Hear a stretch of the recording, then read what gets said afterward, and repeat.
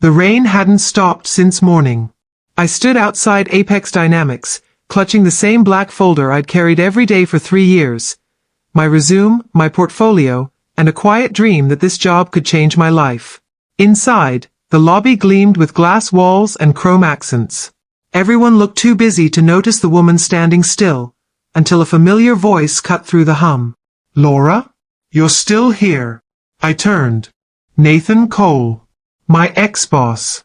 Sharp suit, sharper smirk. He walked toward me with that effortless arrogance that once intimidated me.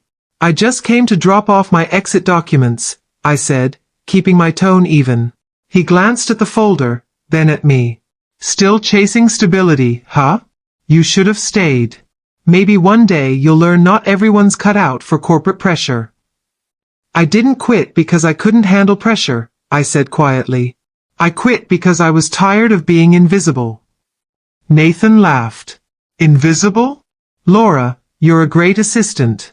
But leadership? Strategy? Leave that to people who can think fast." His words stung, even after everything I'd endured, the late nights, the uncredited presentations, the endless, maybe next year promotions. I held my ground. "You'll regret saying that." He leaned closer, lowering his voice so only I could hear. "I doubt it. Sooner or later, you'll come crawling back. They all do." That was the day I decided. He'd never see me crawl, only rise. The next few months were brutal. No job offers. No savings. Just silence. I applied everywhere, startups, agencies, even remote freelancing gigs, and got rejection after rejection. At night, I sat in my small apartment, the city buzzing outside like it had a life I wasn't invited to. But I refused to quit. I started small, helping small businesses manage their marketing and client communications. It wasn't glamorous, but I was good at it. I could organize chaos. Then one day, a local bakery owner, Mrs. Lee, said something that changed everything. "You're not just helping me manage, you're helping me grow. You should start your own agency." That night, I opened a blank Google Doc and typed the words. Blueprint Consulting. No investors. No office. Just me, a second-hand laptop, and the determination to prove Nathan wrong. I built websites, optimized sales funnels, and handled marketing for mom-and-pop stores. At first, my rates were laughably low, $200 here, $300 there, but every client referred another. Within a year, I wasn't just surviving. I was hiring. I rented a tiny co-working space and trained 3 new employees.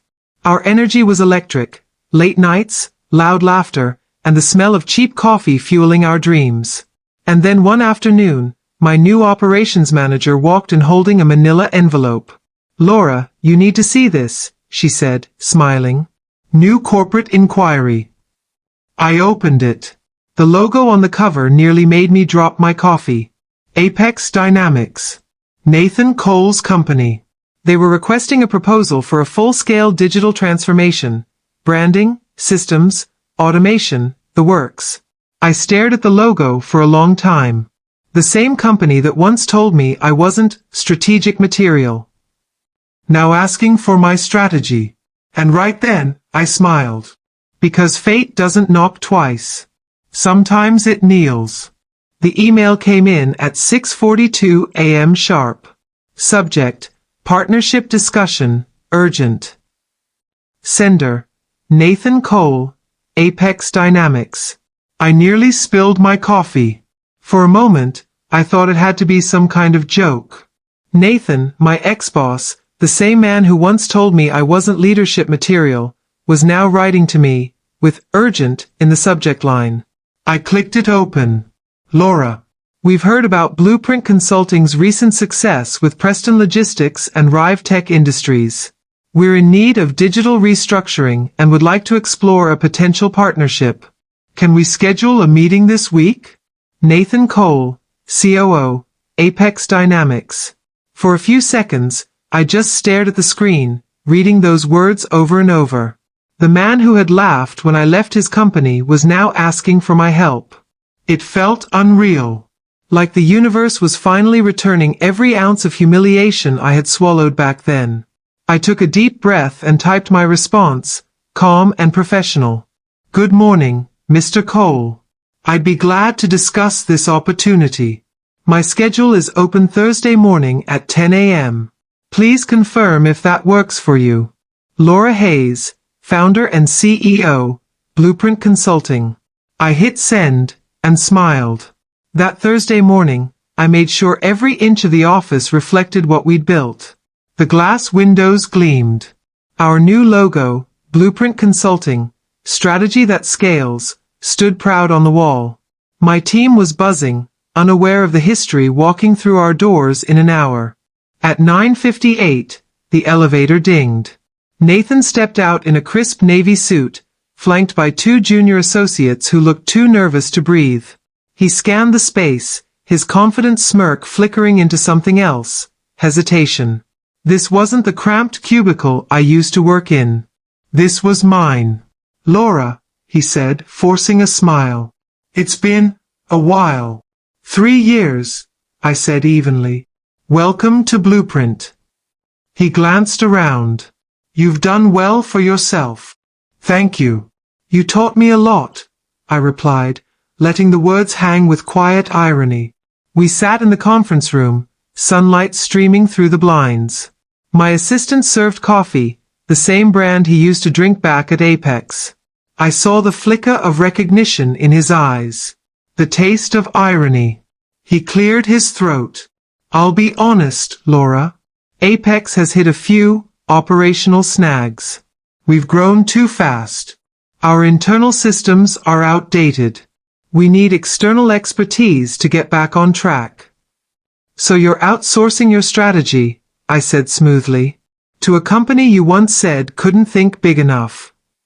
He paused, awkward. I may have underestimated you. I smiled. You did. One of his associates leaned forward. We'd like to request a full proposal from Blueprint Consulting, system integration, brand refresh, marketing automation. We're willing to pay premium rates for fast delivery. Nathan added, You'll be reporting directly to me, of course. I raised an eyebrow. Oh, Nathan. I don't report to anyone anymore. The silence that followed was delicious. You could almost hear his ego crack under the weight of those words. I slid a folder across the table. Our standard proposal terms. Read them carefully. If you agree, we'll proceed to onboarding next week. He hesitated before picking it up. I'll review it. Good, I said, standing. Take your time. I'm sure you understand how important strategy is. He forced a thin smile. Of course. As they left, my assistant turned to me. That was the Nathan Cole? Yes, I said, watching him disappear into the elevator. And that was the first time he left my office waiting for my approval. I turned back to the window, the city stretching out before me, and I could almost hear his old words echo in my mind. You'll come crawling back. I smiled. Not today. Not ever. Because next time, he wouldn't just crawl back. He'd kneel. The contract was signed within a week. Apex Dynamics, my old company, was officially our biggest client yet. And the man who once told me I'd never make it was now relying on me to save his company's sinking reputation. Poetic, wasn't it? When my team celebrated that night, I stayed quiet, smiling but focused. Because I knew men like Nathan. They didn't hire help. They hired scapegoats. And I was not going to be his. From the moment we began the project, my instincts proved right. Nathan's emails were full of suggestions, veiled as authority. He'd copy half the board on every thread, trying to show he was still in control. He even started rewording my proposals, toning down the boldness, softening the ideas. But here's the thing about confidence. Once you own it, no one can take it back. At one project review meeting, he interrupted me mid-sentence. Let's not get ahead of ourselves, Laura, he said, smirking the same way he used to when I was his employee.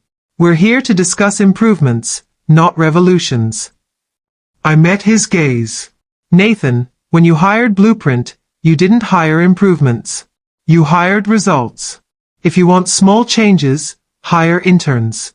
If you want transformation, let me speak. The room went silent. Even his board members looked impressed. He blinked, smiled tightly, and leaned back. Proceed. I did, with precision. We rolled out a 3-phase plan. Automation, streamlined their outdated logistics systems. Rebranding, clean visuals, modern messaging, employee re-engagement. Client recovery strategy, rebuild trust with the partners Nathan had lost through arrogance and delay.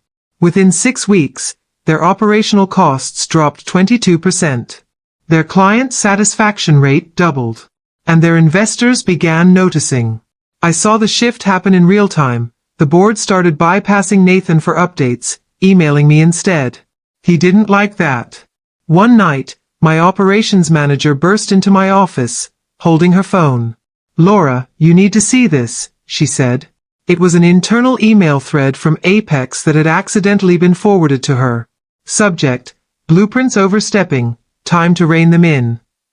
Sender, Nathan Cole.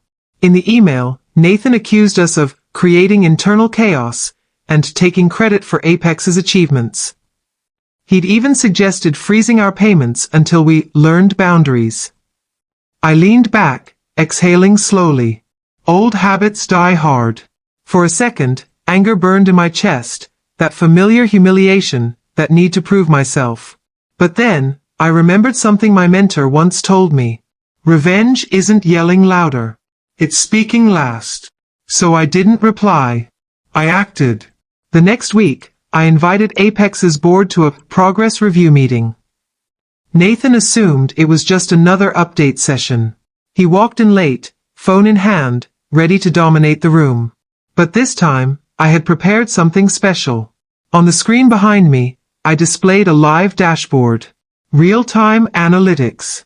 Every improvement, every efficiency gain, every dollar saved, all credited automatically to the departments responsible. And there, in bold letters under the Blueprint section, were metrics the board couldn't ignore. A 60% performance boost. Record-breaking client retention. And 0 delays. I turned to the board. Blueprint Consulting has met, and exceeded, every milestone ahead of schedule, I said. Our team didn't just fix your systems. We made them future-proof. The board chairman nodded approvingly. Outstanding work, Ms. Hayes. It's clear your leadership has elevated Apex. Nathan's jaw tightened. He forced a smile that didn't reach his eyes. Yes, Laura's team has done adequate work. I smiled back. Adequate? That's interesting, considering your internal audit report shows that our systems are outperforming your own departments by over 200%. The room laughed softly. Even the chairman smirked. Nathan, I think you owe Ms. Hayes a bit more than adequate. He turned pale. After the meeting, he stormed into my office as soon as the board left. You're trying to humiliate me, he hissed. No, I said calmly, packing my laptop. I'm showing them results. Something you never let me do when I worked under you. His eyes narrowed. You think this changes anything? I looked up at him, smiling faintly. It already has. That night, I stood in my office window, the city lights reflecting off the glass. The woman he once dismissed as an assistant had just taken control of his narrative. And the funny part? He was still paying my invoices, on time. The tide had turned. But the storm hadn't even started yet. Because the next call I received would change everything. A call from Apex's board director, inviting me to something Nathan could never imagine. The call came late on a Tuesday evening, one of those quiet nights when the office hums with the low sound of computers and distant city rain. It was from Apex Dynamics board chairman, Mr. Carmichael, a man I'd only spoken to briefly during reviews. Ms. Hayes, he began, his tone calm but deliberate. We've been reviewing Apex's internal performance reports since Blueprint came on board. I stood by my window, phone in hand. I hope you're satisfied with the progress, sir. He chuckled softly. Satisfied would be an understatement. Frankly, your strategies have done more in 3 months than our in-house leadership did in 3 years. There was a pause. Then he said the words that made my pulse jump. Laura, the board wants you to join us for an executive session next Friday. Privately. No, Nathan. For a moment, I couldn't find my voice. No, Nathan. Those 2 words carried more power than any title. When Friday arrived, I walked into Apex's headquarters, the same lobby where I once waited nervously for job interviews years ago. Back then, the receptionist barely looked at me. Now, she stood up the moment she saw me, her voice bright with respect. Good morning, Ms. Hayes. The board is expecting you. The elevator ride to the 40th floor felt surreal. Same building, same walls, but I wasn't the same person. When the doors opened, a young assistant guided me into the executive conference room. All 7 board members were seated. Nathan's chair was empty. Mr. Carmichael gestured toward me. Ms. Hayes, please have a seat. I sat down, calm but alert. He folded his hands. We'll get straight to it. Apex Dynamics has entered a crossroads. The market's shifting. Leadership needs to evolve. And after observing the results you've achieved, the board believes that future includes you. I blinked, unsure if I heard correctly. You're offering me a position? Not just a position, another member, Ms. Franklin, added. We'd like you to consider stepping in as Chief Strategy Officer. You'd have authority over all operations, including Mr. Cole's division. The words hung in the air like electricity. Nathan, reporting to me. For a moment, I almost laughed. The irony was so sharp, it hurt. I took a slow breath. That's a generous offer. But won't Mr. Cole have objections? Mr. Carmichael smiled knowingly. Nathan doesn't have the influence he used to. The board has grown tired of excuses, and he's running out of allies. They waited for my response. I looked around the room, feeling the full circle moment wash over me. Years ago, Nathan sat in this very room, deciding my fate with a single smirk. Now I was the one being asked to replace him. I nodded slowly. I'll accept. But under one condition. The board leaned forward. Go on. I want full authority to restructure his department. No interference. If I'm going to fix what he broke, I need control. Mr. Carmichael grinned. Done. Welcome aboard, Ms. Hayes. The following week, Nathan returned from a conference trip to find the entire company buzzing. His face when he saw the internal memo was priceless. Effective immediately, Laura Hayes, Chief Strategy Officer, Apex Dynamics. He stormed into my new office without knocking. What is this? He demanded, holding the memo like it was a crime scene. An update, I said evenly. You'll be reporting your deliverables to me from now on. His voice rose. You think you can just walk in here and take over everything I built?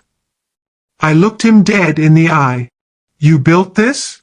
No, Nathan. You nearly destroyed it. I just rebuilt it, with receipts. He glared, jaw tightening. You can't do this. I smiled faintly. I already did. The board voted. Unanimously. He fell silent, his confidence collapsing like a structure with no foundation. For the first time, he didn't have a comeback. Weeks went by. Under my leadership, Apex's performance soared. Faster, cleaner, more efficient than ever before. Investors returned. Employees felt heard. Even the press took notice. And every success, every headline, every profit spike, had my name attached to it. Nathan, on the other hand, was fading. He kept his distance, quiet in meetings, avoiding eye contact, slowly realizing he wasn't the king anymore. One afternoon, as I was leaving the building, I passed him in the lobby. He didn't even look up, just stood there, staring blankly at the floor. It was strange. The man who once made me feel so small now looked smaller than I'd ever imagined. That night, as I drove home, I thought about the irony. He once said, "You'll come crawling back." But here I was, walking tall through the very holes that used to swallow me whole. And he was the one left kneeling under the weight of his own pride. The months that followed were the kind of poetic justice that life rarely delivers twice. Apex Dynamics was thriving under my leadership. Profits had climbed 34%. Employee turnover dropped to its lowest in 5 years. And Nathan Cole, once the company's untouchable leader, was now a ghost haunting the edges of the meetings he used to command. He avoided me at first, but I could feel his resentment like static in the air. Every success I delivered only reminded him of his failure to keep me down. I didn't need to humiliate him, the numbers did that for me. Still, power has a funny way of testing you. It whispers, you could crush him if you wanted. And for a while, I almost did. It happened one Thursday morning. Mr. Carmichael called me in for a private meeting. "Laura," he said, closing the door behind him. "We're finalizing the board's annual restructuring plan. There's one more issue to settle, Nathan." I looked up. "What about him?" "He's been underperforming for months," he said, sliding a report across the table.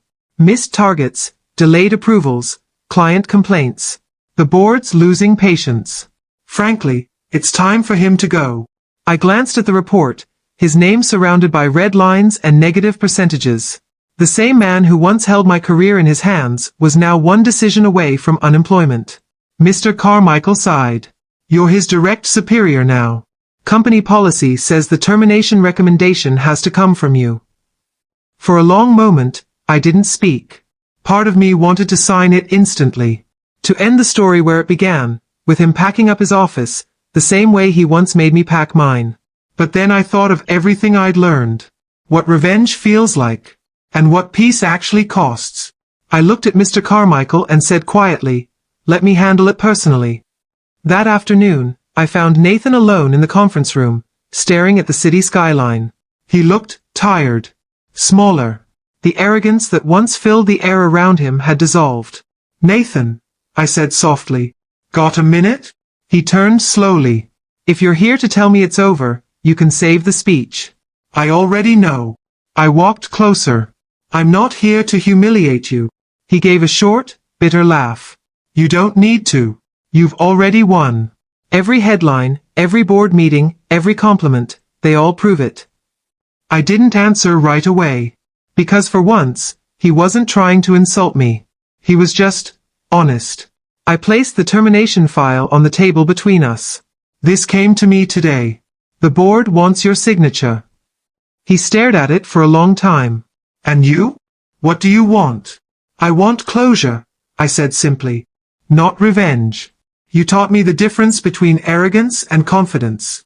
Between cruelty and strength. You were wrong about me, Nathan. But you were right about one thing. The world doesn't wait for anyone. It either crushes you or makes you stronger." He looked down, his voice low. And I guess I picked the wrong side of that lesson. I smiled faintly. "Maybe. But you can still start again. Just not here." He nodded, a slow, defeated motion. Then he picked up the pen and signed. When he stood, his voice was steady. "You're better than I ever was." "Maybe," I said. "Or maybe I just learned from the best mistake of my life." He gave a small smile, the first genuine one I'd ever seen from him, and walked out. No insults. No pride. Just silence. That evening, the sun set behind the city skyline, casting gold light across my office. I stood there for a long time, watching people below rush through their lives, some chasing dreams, others running from ghosts. My reflection in the glass looked calm, older, wiser. 4 years, I'd imagined this moment. Victory, power, payback. But now that it was here, I realized something far deeper. Revenge is loud. But growth is silent. And I didn't need his downfall to feel powerful anymore. I had already won, not because I'd taken his job, but because I no longer needed to prove that I deserved it. A few months later, Apex Dynamics hosted its annual Innovation Summit. I was the keynote speaker. The same event where, years ago, Nathan once stood on stage while I took notes in the audience. Now, the lights dimmed, and my name flashed across the massive screen. Laura Hayes, Chief Strategy Officer, Apex Dynamics. As I walked on stage, applause thundered through the hall. Reporters leaned forward. Cameras flashed. I took a breath, smiled, and began. They once told me that honesty was weakness, that standing by your values would hold you back. But here's the truth. The world doesn't reward obedience. It rewards vision, resilience, and integrity. If you're sitting out there waiting for permission to succeed, stop. Write your own permission slip. The crowd erupted. And somewhere in that sea of faces, I hoped Nathan was watching, not to see me win, but to see what survival really looks like. Because I hadn't crawled back. I'd rebuilt everything I lost, and then some. When I stepped off the stage, my assistant whispered, "Ma'am, that was perfect. The press is calling it the speech of the year." I smiled. Good. Let's get back to work. And as I walked down the corridor, past the wall that once held his portrait, I noticed a new one hanging in its place. Mine. No caption. No quote. Just a single line engraved beneath it.